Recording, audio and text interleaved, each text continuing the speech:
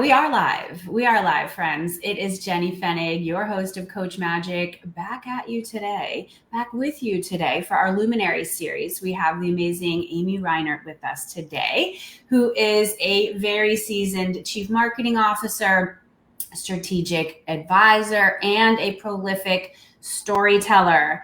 I am thrilled to talk with Amy today. Amy and I first crossed paths through my work with Chief, an incredible organization that I get to do great coaching and facilitation work.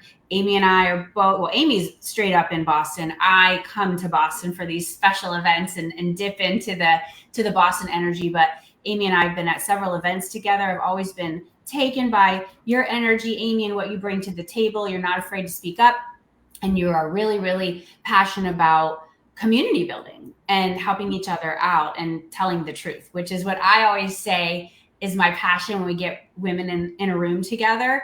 It's so exciting and needed to bring incredible women together to tell the truth. So welcome to the show, Amy. Thank you. I'm delighted to be here. Thank you so much. Yeah, we are going to have a fantastic conversation. And I am so grateful for those of you who are tuning in live to this conversation, or those who will be checking out the replay or listening to us on the podcast. My goal with these conversations is to get the word out to as many people as possible. And for those of you who've been following me for some time, you know that I'm kind of always testing out new technologies and new ways of connecting. And when I had the idea for this Luminary series, that was the kind of extra oomph for me to say, wait, there's these tools out there that allow us to multi-stream, and I just want to play with this because there's no denying that technology has changed our lives. It will continue to change our lives. I'm curious for you, Amy, in your path as a CMO, how did you stay ahead of the technologies? How did you kind of figure out? Sometimes it's just, wait, is that just a passing fad? Do I need to pay attention to it? Do I not? Like, how did you figure that out? And how do you continue to tap into what's worth paying attention to spread a message? That's an amazing question, because the role of the chief marketing officer is becoming so much more technical, right? And when I began my career in marketing, it was print ads and radio spots, and all of those things still play a role in the mix. But the technology piece is something that it is the way we communicate. I often laugh when I hear people talk about digital marketing, right? How that, the digital in front of marketing cracks me up, because marketing this is the way we communicate now, right? And it's part of the experience. It's not the whole experience, but often people will experience you before they experience you. So for example, I was in the restaurant business for a long time. And before people walk through the doors of the restaurant, they've probably been to your website. They probably checked you out on social media. They probably, looked at the menu or looked at a few reviews. So all of that has to really be very, very consistent. So you're absolutely right. How did I do it? I don't know. I just rolled with it and, evaluated things as we needed to, and learned a lot. Because the moment you think that you've mastered something or figured something out, especially when it comes to this environment that we're playing on right now, which is really multi-channel, it changes, right? So a tip for you would be to get the meta glass and wear the meta glasses, because you can literally stream this conversation right to, I think, Instagram. So I'll be curious to see you next time wearing my glasses. Like, just mine are not meta glasses. Mine are regular readers. Okay, got it. Yeah, what's happening right now? Yeah, it's so true. Consumers today, they do have an experience of a place before they get there. Likely, it's kind of rare that you would just show up blind. Like, we were just in Charleston, South Carolina. I did a long weekend with my mom and my cousin, and my cousin's a big foodie. Like, she doesn't just show up to a restaurant. Like, she has done her research. She's asked her friends, where should we go? And then she makes reservations. Then I'm, checking it out, kind of seeing what's the vibe, what's the menu like, that kind of thing. And it's good to know that I say this to my clients all the time. You are responsible for telling your story. It's like, what do you want to have out there about you, in terms of imagery, language, colors, the vibe, the essence? What kind of feeling do you want a potential client to have about you when they encounter you on Right. these digital streets? So you, not so long ago, and correct me if I'm wrong, kind of looking at your story, left the in-house, right, corporate or agency life to go out on your own, start your own business. Tell us about that journey. What was that decision like for you to say, hey, it's time to take my show on the road? It's time to, Yeah, exactly. right? You know, and so much of what I do is I don't know, it's led by God. Or you know, I've now learned to really tap into you know, what some people might call intuition or gut or inner voice, or just that sense of knowing what moves to make and when. And that is what led me to just about a year ago deciding that I did not want to work for anybody else. And at the time, I really didn't have a plan, to be perfectly honest with you. I didn't have a strategy, didn't have a sense of what that looked like.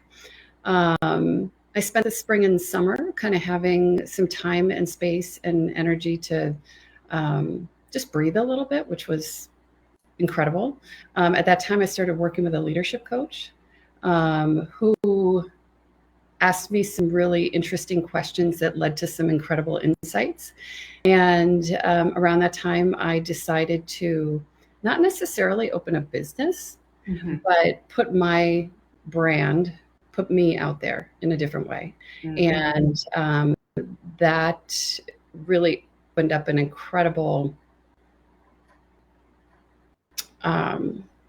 new self. And led to just some amazing opportunities for me, which have now actually grown into a business. So yeah, and again, I don't think I at the time approached it with much strategy, but it just felt like they were the right steps to take in the right moments, and it turns out to be the case. So yeah, I'm very fortunate that way. Yeah. So it was that gut instinct, that intuition that just told you, go in this direction. What you said, didn't want to work for anyone else. You didn't necessarily think, I'm going to start this business and build this thing. It was, was what I hear, prioritize me. You worked with a leadership coach and you started really putting you out there, Amy Reinert, not under somebody else's company, somebody else's brand. It was you. And it seems to me that you've been building your own personal brand, what it is that you stand for, by sharing your point of view, your unfiltered point of view. You are obviously a communicator. Most people go into marketing are. Some I think are more, because it's funny, I majored in public relations, and that I went to the University of Florida, and PR was in the College of Journalism and Communications. And then marketing and that whole realm was in the College of Business. And I minored in business. So I would kind of be in both places, a huge campus. So like the J school was over here, and then the business school was way on the other side of campus. And it was such a different vibe. It really was. It was so funny because we're like the communicator people over here, and we're a bit more artistic. And then you go to the business school, and everyone's in suits. And you know, this was in college, and it was just totally different. It was much more mathematical and you know, measuring and all of that. So I say that with, you know, some marketers are, and that's not bad. It's just very much into the measurement and how does this all add up, and so it takes a really unique kind of a marketer who has a strong sense of words and communications and being able to tell those stories. And so I just want to honor you with that. I've seen what you have been doing on LinkedIn and how you've really been, you know, sharing stories and messages that, I don't know, have they been easy for you to share? Have some of them come with like, oh, wow, I'm about to push publish, what's going to happen? Yeah, no, I certainly appreciate what you're saying about marketing being an art and a science. And I would say when it comes to what I'm doing right now on LinkedIn, it feels more art than it is science. And, as a marketer, if I were to launch any brand, there would be certainly a strategy, a discovery, certain things that we would undergo before launching. And I didn't do any of those things for my own personal brand. And I know there's a whole study behind it, but for me, it literally is what it looks like, which is it feels incredible. As far as the storytelling goes, that happened by accident too. I am not somebody who would have been described in the last 20 years as a storyteller or a writer or an author. I think as a kid, I was a pretty good writer, loved to do a lot of poetry and was recognized for that. But when I got into the business world, I think I started just being very, very careful about what I not only said, but what I put in writing. And, for a long time, I would say, don't write what you can say, don't say what you can gesture, right? Because there's an accountability with words on paper that I wasn't confident enough with, and I didn't want to be accountable later for. So, but I will say, not working for anybody else gives you some freedom to step into some areas where you feel passionate about a certain subject and want to share in a way that your brain might get in the way of if you worked for somebody else, right? So what led me to my first story on LinkedIn was a friend asked me to write a story, something about health, women's health. And I wrote a story about my experience with postpartum depression, which was 23 years ago. And instead of giving it to my friend, she was going to put it in a book.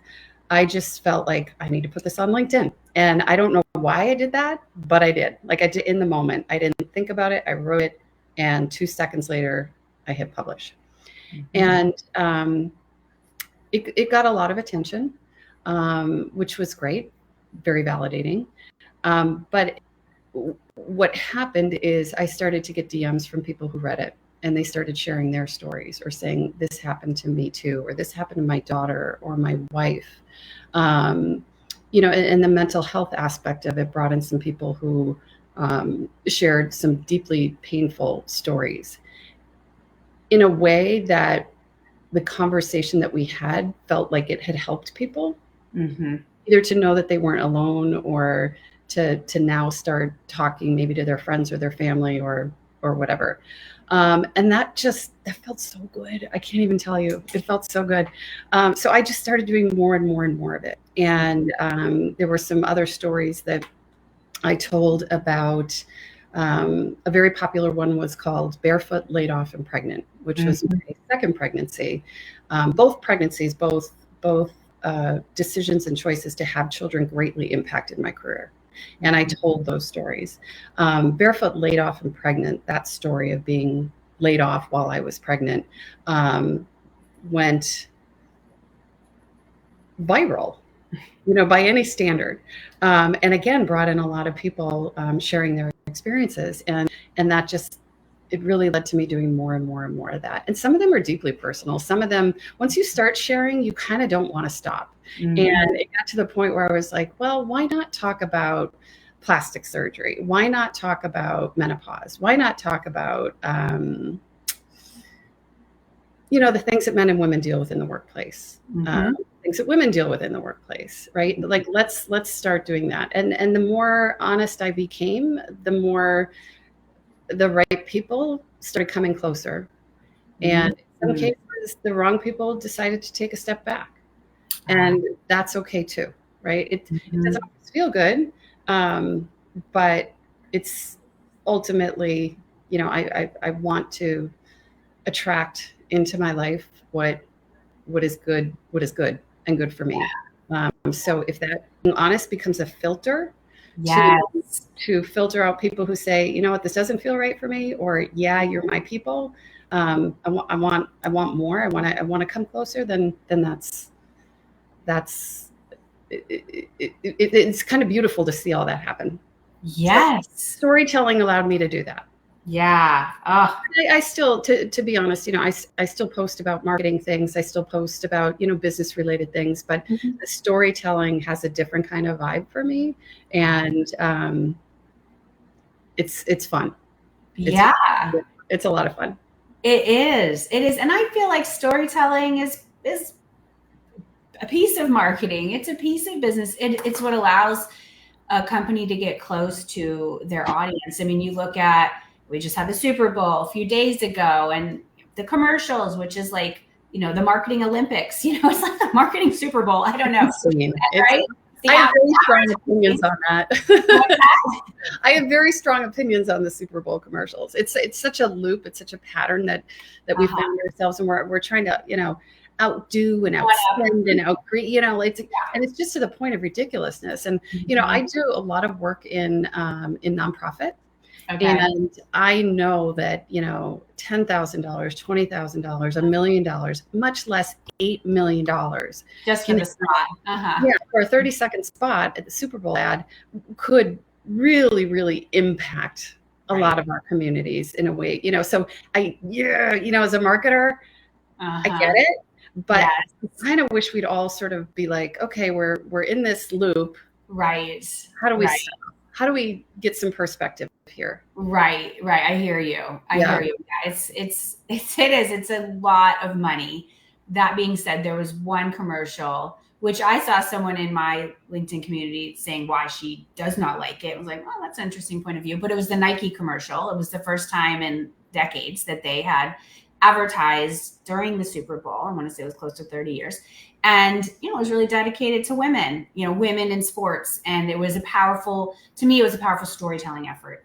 And I just bring that up because I think about the potency of storytelling. That's why I wanted to really look at that in our conversation today, is for our listeners, for them to be able to tap into story as they put their work out there in a bigger way. A lot of my clients in my audience, they do have small businesses. They are coaches, they are consultants, they are wellness professionals, they are accountants, architects, service-based professionals. And there are a lot of people who do quote what they do. There are a lot of coaches, there are a lot of consultants, there are a lot of marketing experts. But what separates you from everybody else is, well, nobody has the stories that you do. Nobody has the stories that you do. Nobody has the life that you do, and nobody can tell the story like you can. And so the more that you get honest with putting yourself out there in the ways that you have, and for you to tell us, hey, yeah, and that has brought some incredible people towards you. And then others have said, I can't do this right now. Yeah. And like I said, it doesn't feel good. Right. But that's okay. That's okay. It's definitely okay. And the storytelling, I think that, so many people don't realize how unique and special their perspective or their experience is. That's right. So that is one thing that holds people back. The other is just being afraid. Yes. Being fearful. And, I forgot to bring up one important point about my storytelling when you said, was it scary at first? When I wrote about my experience postpartum depression, I had not really shared all of that with anybody.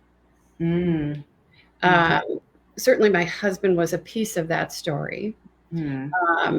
My daughters know that my first pregnancy was difficult. But the full story that I shared with the world or strangers or anybody who wanted to read it had not been shared with the people who were closest to me. So the first time they learned of it was reading what you published. Okay. So how did that go? And that continued to be a trend. Okay. Yeah. So that has brought up a lot of interesting things in my closest personal relationships about why that is the case. I forget if who I was speaking with and sort of working through this dynamic of why this is the case and why I want to put it on LinkedIn when I haven't shared it with people you would think I had. Right. And this person said, it's like you are naked out in the world, but covering up with a robe at home. And I thought that was really interesting. So I've shared probably 60 different stories in my voice about my experience or experiences of people around me. So we've kind of worked through that as a family at this point, because it's been a couple months, but that was a little disruptive. Right. I can. Yeah. But at the same time, it didn't stop me. And it's almost like this is just the new you. This needed to happen. Right.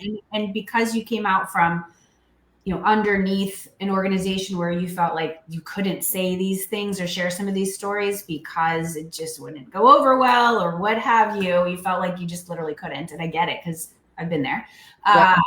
This is an essential part of your journey. I believe that we're all here. We have these journeys. We have things that we're meant to learn in this life. And until we learn them, we keep putting ourselves in situations where, okay, here's that lesson again. You're going to learn it this time. So the storytelling piece, so much of it is for our own healing. It's for our own claiming of our power and the willingness to know that some people will be able to receive this and others will not. And what I've learned too, Amy, is that often you don't even know who it's impacting, because not everybody shows up in your DMs. Not everybody says, likes it or comments. I had someone reach out to me recently. I had no idea that my story was impacting her in this way. And she shared with me that she had been sober for a year. And my storytelling around this, typically I share about it throughout the year, but always on my kind of 1 year or my anniversary of my sobriety, I will celebrate it and put it out there. And I had no idea that she was even watching and that this was something that she was considering. And she said, keep sharing your story. You have no idea who's listening. And so it was that right there. You have no idea who's listening. You have no idea who's listening. And, so much of this is that everyone here is fighting their own battle. I don't care how put together they look on the outside. Something's going on with a family member. Something's going on with their health. Something's going on with at work. You just have no idea. And so we're humans. We need to tell these stories. Certainly in this era that we are in right now, I think stories will save us, because you'll hear, I talk to my dad sometimes like, things are nuts. Things are nuts. And we live in this country like, wow, there's Jenny. He's not a historian by trade, but he is an historian by passion. And he tells me this country has been violent and, has had a very checkered past since the beginning. This is not really that newish. It's just kind of feels new. And then we have technology, so you always know what's going on at any given time. So that does give me some kind of peace, but also, it also is a fire for me to keep doing my work, because we are in a very important time in our history with really deciding how we are showing up as leaders. And so, what are your thoughts about where you're heading? Like, where are you putting stakes in the ground? Where are you excited to do powerful work when you think about, where you've been and what you've learned so far with your storytelling efforts in this kind of a short period of time? As you look ahead, where do you see yourself? Right. Well, I have some really strong opinions about social media. I think there's a lot of good that can occur. But there's, a lot of misuse of algorithms and manufactured anger and fear and things like that. And so I don't participate in a lot of social media platforms. The only one I do is LinkedIn, because of the ability to create community on LinkedIn and the verifications. It's, to me, a safer platform. There's a once you know what you stand for, there also becomes a responsibility to meet people where they are and move conversations forward in a positive way, right? And we're at such a weird place, in this country in terms of division and seeing the world as a zero-sum game, right? If I win, you lose. Men against women, race against race. To me, that's not how I see the world. I joke that I want to own the hashtag lift up, right? So you'll see me drop that in a lot of places, in different communities where I feel that people are doing that. So my intention and my goal when I write and I tell stories that I feel are powerful from a woman's point of view or women's point of view is to tell it in a way that if women read it, they say she gets it. If men read it, they say she gets it, right? And that to me helps bring an element of we're all humans. We're having a human experience. We're very different in a lot of ways, and I can only tell stories from my perspective as a woman, but I feel a responsibility to do it in a way that brings people together. Yes. So that's, and there's so much bait, there's so much bait even on LinkedIn as stories in the news come out and people get fired up about things that we should be fired up about. And I'm fired up about them too, because I know what I stand for. Right. But with that, and when you have a voice and you have, a community that is reading your stuff and curious about what you have to say, given your experience, it comes with a certain responsibility. Right. Not to manufacture more fear. Yes. And more anger, because it just keeps pushing people further and further apart, whether it's political, male against female, race against race, all the issues. So I'm going to keep doing that. And again, I don't really have a strategy. I just know when I know what it feels like now to, I know what it feels like now to know when it's the right thing to do. And even if there are voices around me saying, you know what, don't do that. My mother's voice, my husband's voice, my friend's voice, my kid's voice, all that kind of stuff. There's only one I can really listen to. And I know what that sounds like. I know what it feels like in my body when that happens. Yes. And that's how I make decisions. And it's really pushed me into some bold places, which is awesome. Some really scary places. You said discomfort. I kind of live in discomfort like 100% of the time these days. But it's pushing me to do things I wouldn't normally do. So let's say I make, let's say I do 100 things I wouldn't normally do. And 2 of them turned out to be not the right thing, but 98 did. Right. Right.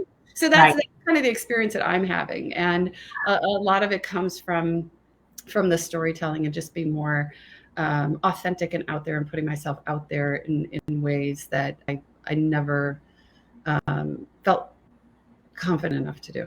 Right. Exactly. You're owning your voice. And that's what I'm getting from this. I love the lift up hashtag, this authentic connections when we own that voice. And to your point, what you stand for. And I love that you said that. I have a program that I'll be bringing out any minute now. Called Take a Stand Brand. Years back, I led an event called Take a Stand, and I had a previous program called Power Brand Camp. And it was, I have a background in branding, and I am, that term, take a stand, it resonates so much with me. It has for a long time, it's connected to your values. If you don't know what you stand for, you'll fall for anything. It's that line of thinking. And it's really important to know what it is that you stand for. And you'll know then how to organize yourself, what kind of energy to follow and which to say, you know what, to your point. And when you do this, I posted something the other day and I can tell, you can feel people's energy and their response to it. You're like, yeah, old me might have jumped on that, but I have learned, don't feed the trolls. Okay. So I'm just not available I don't have time. I don't have time. I'm not going to go anywhere with that. So I'm going to put myself over here. I think that's an important part of this conversation, because for those of us who might have been raised with, you always got to be really nice and you always got to be, diplomatic and you always I'm not here to be mean spirited. However, I'm not going to engage in back and forth with someone who's just trying to pick a fight. I'm just not interested. And so I think it's important that we really look at where can we make the biggest impact. And that's what I wanted to ask you, because especially women, we have struggled with doing great work and also not hurting ourselves in the process through burning out and saying yes to everything when we literally cannot, but we think there's, enough hours in the day to say yes to every request. It's just impossible. And so what would be your big tip for our listeners on how you have made the biggest impact without burning out? What can you offer up so that our people can learn from you when they want to make a great impact and not basically burn out and lose themselves in the process? Right. Say to them. Well, so that's, I love the question. I think my perspective today is somebody whose children are, either in college or graduated college. Mm-hmm. So there's time and space and energy for me in a way that didn't exist when I had kids at home. It just didn't, right? So, if you're somebody who has children at home and you're dealing with all the things, right? I don't have any advice for you. I really don't, because I was there too. Just hold on for the ride. It's like, it will get better. It really will. But at this stage, I'm definitely an extrovert. I love being, out with people in real life, having conversations. I spend a lot of time in communities of women, and I get a lot of energy from that. But I will say that, I consider myself an unapologetic advocate for women. Mm-hmm. And when we get together, there's energy, there's shared experience. It's good. We lift each other up. Mm-hmm. But I'm at this stage of life, I'm realizing that that's not, or at this stage of, or phase, or wherever we are in this world, I feel like it's not enough for women just to talk to women. Mm-hmm. Right? Mm-hmm. About some of these, perspectives and experiences. Mm-hmm. So where I feel I can make an impact is sharing that with a broader group, right? In different conversations. When we think about the work world, 90% of CEOs are men, right? So there's still a lot of work to do there. Yeah. And that's the group I want to be in. That's the group I want to be talking to, right? Not in a way that alienates, not in a way that pushes people further, but I want to be in that room and share my perspective and my experience and the perspectives and experiences of people like me so that we can all move forward together. So that's that. I don't know what that looks like exactly. I have no idea, but that's where I'm going. That's your vision. Yeah. And you know what? And I can see for everyone tuning in how they can apply that to their own lives. What I'm picking up is get yourself in the right rooms. Get yourself in the right rooms that will move us forward. I say that to my clients all the time. Make sure you're in the right rooms. And sometimes it's not the room you've been in. And that's the uncomfortable feeling, like, I'm going to get myself in this room and I don't know exactly how it's going to go.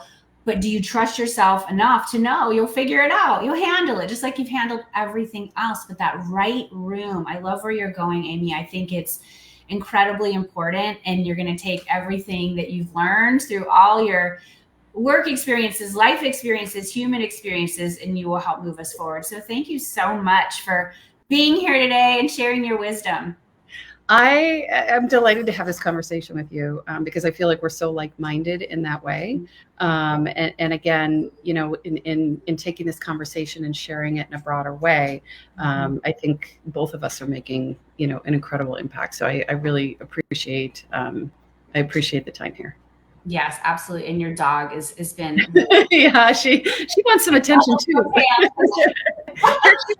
Here she is. This is my Sadie. There she is. Hi. I have to just, well, we're probably going to see papers on my desk. Who knows? No, I don't think you see my dog way in the corner. I do.